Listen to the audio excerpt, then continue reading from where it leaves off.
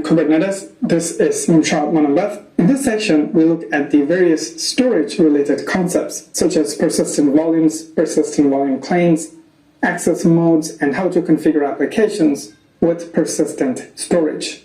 There are so many different storage options out there, and depending on your environment, the options may vary. However, looking at all of those options is out of scope for this course. In this course, our focus is on the Kubernetes side of storage. Once you get that, you should be able to relate that knowledge to implement any third-party storage solutions out there. So let's get started.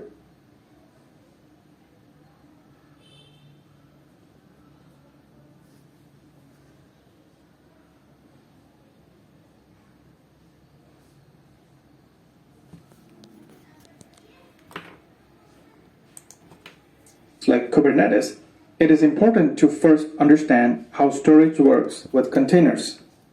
Understanding how storage works with Docker first and getting all the basics right will later make it so much easier to understand how it works in Kubernetes.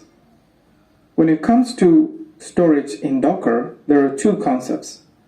You must know about storage drivers and volume driver plugins. In the upcoming video, we will discuss about storage drivers. It's something that we've discussed in the Docker course, so if you have gone through that already, feel free to skip this video, or you may choose to stay and refresh your memory. Once done, we will talk about volume drivers.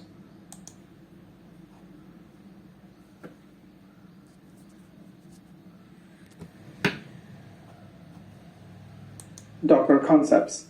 In this lecture, we're going to talk about Docker storage drivers and file systems. We're going to see where and how Docker stores data and how it manages file systems of the containers. Let us start with how Docker stores data on the local file system. When you install Docker on a system, it creates this folder structure at var lib docker. You have multiple folders under it called AUFS, containers, image, volumes, etc. This is where Docker stores all its data by default. When I say data, I mean files related to images and containers running on the Docker host. For example, all files related to containers are stored under the containers folder, and the files related to images are stored under the image folder. Any volumes created by the Docker containers are created under the volumes folder. Well, don't worry about that for now. We will come back to that in a bit. For now, let's just understand where Docker stores its files and in what format. So how exactly does Docker store the files of an image and a container?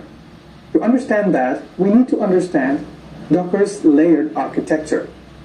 Let's quickly recap something we learned. When Docker builds images, it builds these in a layered architecture. Each line of instruction in the Docker file creates a new layer in the Docker image with just the changes from the previous layer.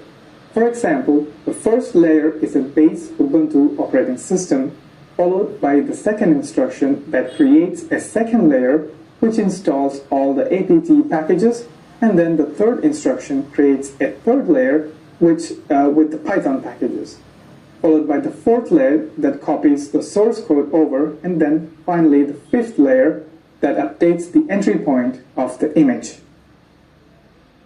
Since each layer only stores the changes from the previous layer, it is reflected in the size as well. If you look at the base Ubuntu image, it is around 120 megabytes in size. The apt packages that I install is around 300 MB, and then the remaining layers are small. To understand the advantages of this layered architecture, let's consider a second application.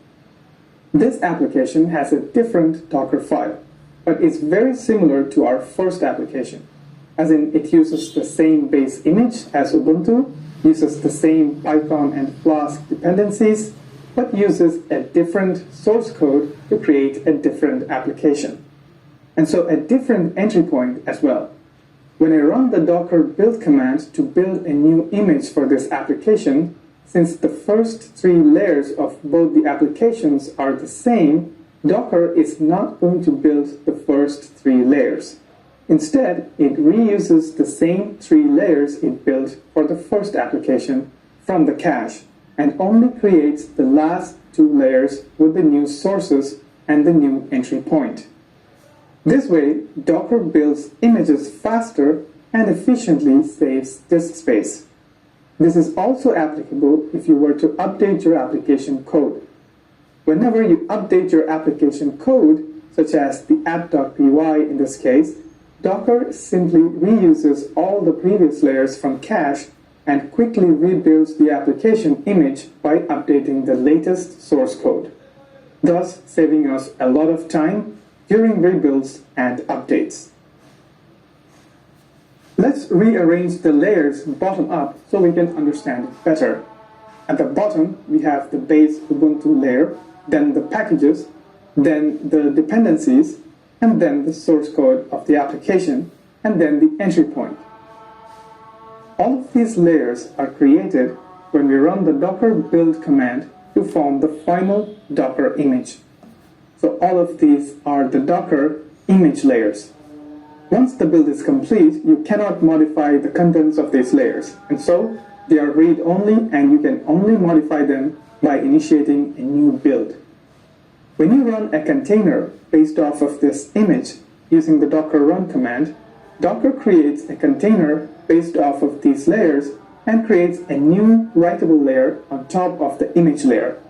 The writable layer is used to store data, such as log files written by the applications, any